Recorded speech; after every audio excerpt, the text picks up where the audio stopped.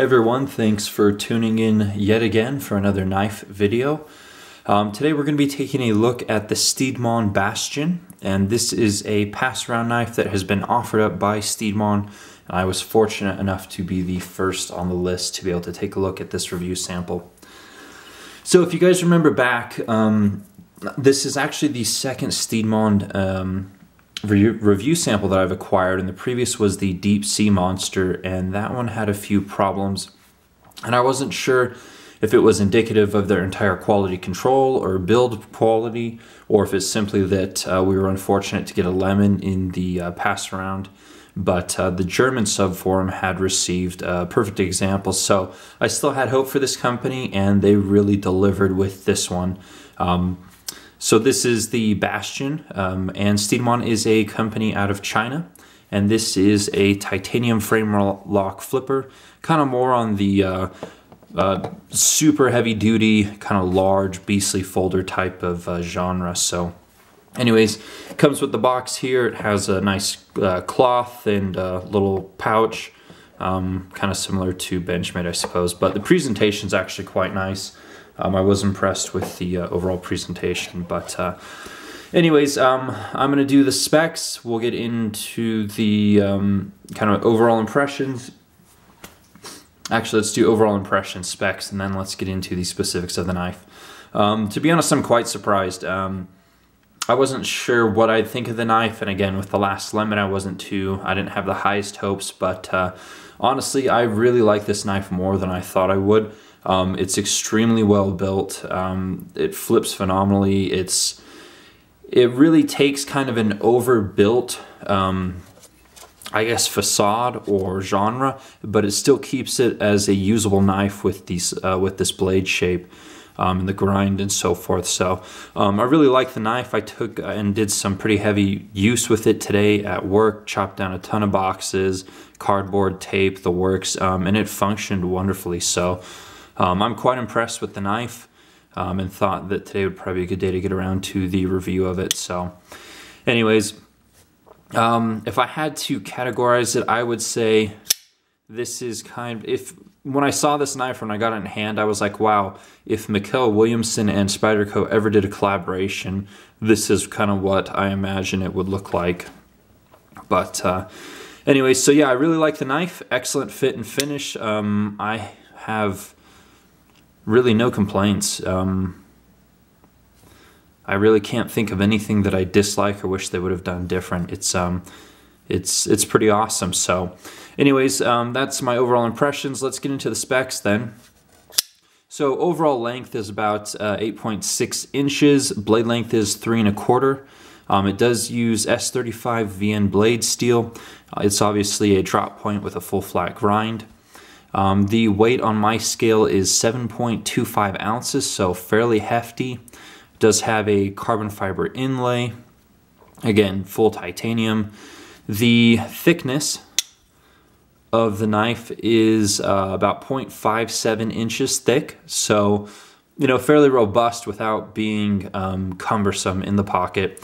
And then the width at the widest portion here is 1.7 inches wide, so certainly one of the widest knives that has ever ended up in my pocket. But luckily my pockets are large enough that it didn't interfere with my wallet or taking my wallet out. So anyways, made in China. I guess that's pretty much it for the specs. So let's get into the specifics of the knife. Start out with the blade. It has a really nice stone wash actually, but again, it's S35 blade steel, has a drop point with a full flat grind.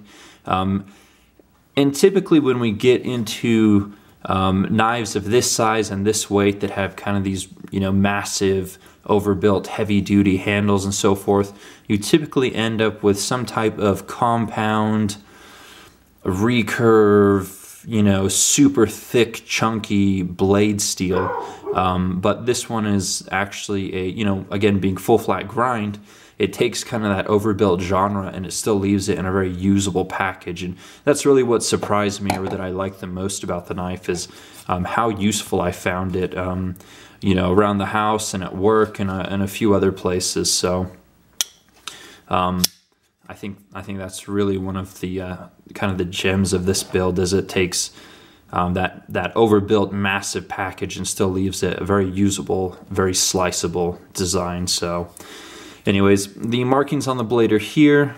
Bastion 2015 CPMS 35VN, and here is their logo, Stedemon Knives. So all right, so that's enough. Well, actually, let's talk about the flipper tab real quick, as it is part of the blade. You do have some jimping on the flipper, and it is a forward cant, and this is my favorite flipper tab shape because it allows for the light switch as well as the push down method.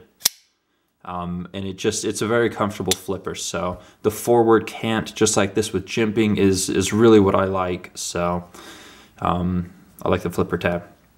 All right, let's move on to the pivot next. Nice Torx pivot, kind of has this double concentric ring look to it with a satin finish.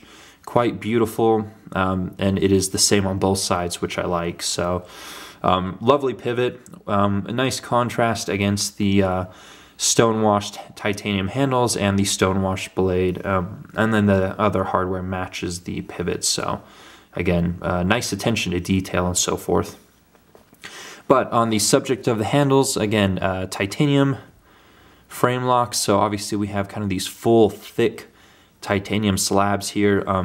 It just has a substantial weight. You know, the knife feels incredible. So you do have a nice kind of groove cut out here for comfort in the hand. Helps lock it in really well.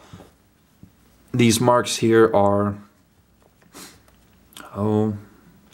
they don't really offer anything. They're aesthetic. They look really cool and matches the shape of the carbon fiber inlay here, but handles nicely finished. All the edges are nicely contoured and chamfered here, so really comfortable in the hand.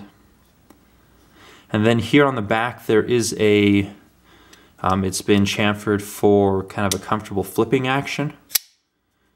I wish it was longer. If they had extended it, you know, made it kind of twice as long, potentially another ½ inch here, I mean maybe to here, I think that'd be good, because when you light switch, damn, alright, when you light switch, my finger ends up back here. So, you know, had they moved it back farther, that would have been ideal, or at least a little bit better for my hands. Now, something that this does afford is it kind of locks your thumb in a little bit, and it wasn't intended for that, I'm sure, but it does have that benefit of having a nice spot for your thumb, considering that there's no jimping up here. So my thumb naturally ended up here, and it kind of locks it in a little bit, so I really like that. Just a happy coincidence, I'm sure. But all right, next, backspacer. I really like this backspacer. It almost looks like an integral folder. I mean, it's really difficult. I mean, I can't see any gap, to be honest. So the fit and the finish on this backspacer is just outstanding. You know, looking at it, just this section right here, it looks like an integral folder. So, and then there is a nice backspacer. I'm sorry, a lanyard hole that's part of the backspacer, and then there's a cutout in the frame to allow, you know, a generous amount of paracord through there. So that was beautifully executed as well. Let's go back to the front here. We do have a carbon fiber inlay, and this is kind of an interesting inlay because it's not flush with the titanium at all. As you can see, it's raised, and it's closer to being flush here in the middle, and then it kind of swells out on the sides. And I'm assuming that was done on purpose for traction, the way that it flares out. So you know, again, the handle being full tie with the stonewash, it is a little, you know, obviously the ergonomics are great, and it's got a great, you know, hand feeling design, but the carbon fiber with the texture in it here, let's see if you can see that. It does offer a little bit of traction, and it gives it kind of a nice tactile feel. So, you know, part of me is like, oh, it's not flush with the handles, they didn't do it right. And part of me is like, no, it's designed that way for additional comfort and traction. So, kind of at a crossroads with that, but it's certainly not a knock against the knife. So anyways, that's kind of an interesting aspect of it there. All right, the lock and the lock insert. So stainless steel lock insert, which I certainly prefer, and kind of all of the high-end production companies are following that model as they should. It does have an internal over travel stop. I think the camera might have picked up the noise as I was banging the over travel stop against the frame. So again, that's really nice. The lock bar here has been given a nice relief, and it is raised a little bit higher than the other side, so it's really easy to disengage and it's not uncomfortable at all. So again, let's see, where's the lock? Engagement's currently at, I'm gonna look around the camera here, right about the 40–50% mark, so right where you want it to be. And it feels, again, this knife feels like a tank in the hand. That's really nice. So easy to disengage, not a huge amount of tension, but no wiggle at all. So if you're going to sit there and open it and close it a lot, you're not going to abuse your thumb or first finger there, so no worries. All right, what else? All right, pocket clip. Okay, so as you can see, this is a Todd Begg style pocket clip. And Todd Begg is certainly credited with the first company to use this pocket clip. It was more recently used by Microtech on the Annex custom line as well. And I don't know if it's registered or trademark or anything, or simply that the company should give credit to the original maker if they need to ask permission. I'm assuming that if that is the kind of the norm or what is expected in the community, it probably didn't happen. I doubt they're violating any laws, but anyway, so I mean, that's one thing for you to consider, I suppose, is whether or not they had permission to use the pocket clip. Although they did certainly note who, or at least on Blade HQ, who's going to be stocking this here in the States. The other place to get it is AliExpress, and I'll talk about the price here at the end. But anyways, as far as, you know, again, kind of this, we know where the pocket clip's coming from. Whether or not it was given permission or allowed or so forth is a different matter. But as far as the pocket clip itself, the execution is perfect. I like the grooves here. It gives it additional traction for extracting the knife out of the pocket, and then it matches the nice backspacer here as well. So helps to really tie it in, gives a nice cohesive look.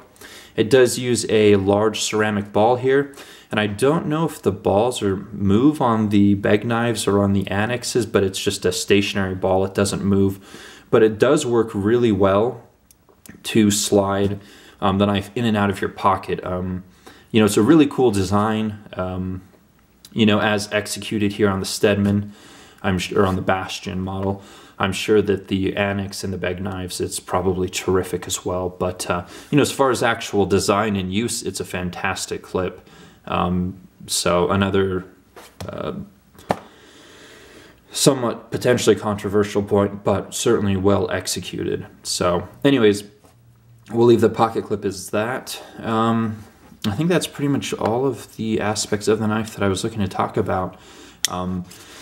Okay, last but not least is price. I do not know what these are going to retail for when they hit Blade HQ, or if any other US distributors are going to be picking them up, but on AliExpress they are $336. And then I think with AliExpress you can either do free shipping or you can pay additional money for quick shipping. Someone please correct me that in the comment section if I'm wrong. I've never ordered there before. So $336. I'm kind of at a crossroad with this as well. I really, really, really like the knife. I'm really impressed with it. It's been a terrific user. I have extra large hands, and it, you know, it fits my hands tremendously well while still being a useful design and knife. So I really like it. I would personally like to see it at the $300 mark. I think that would be like the point where I'm like, yes, this is an excellent value, an excellent build. You know, just because it is from China, I expect it to be priced much more reasonably than if it was made here in the States.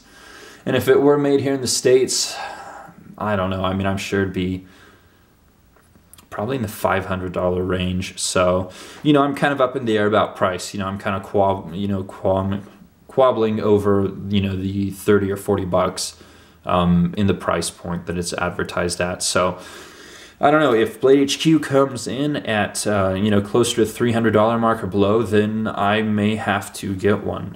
I really do like the knife. So anyways, that's my review.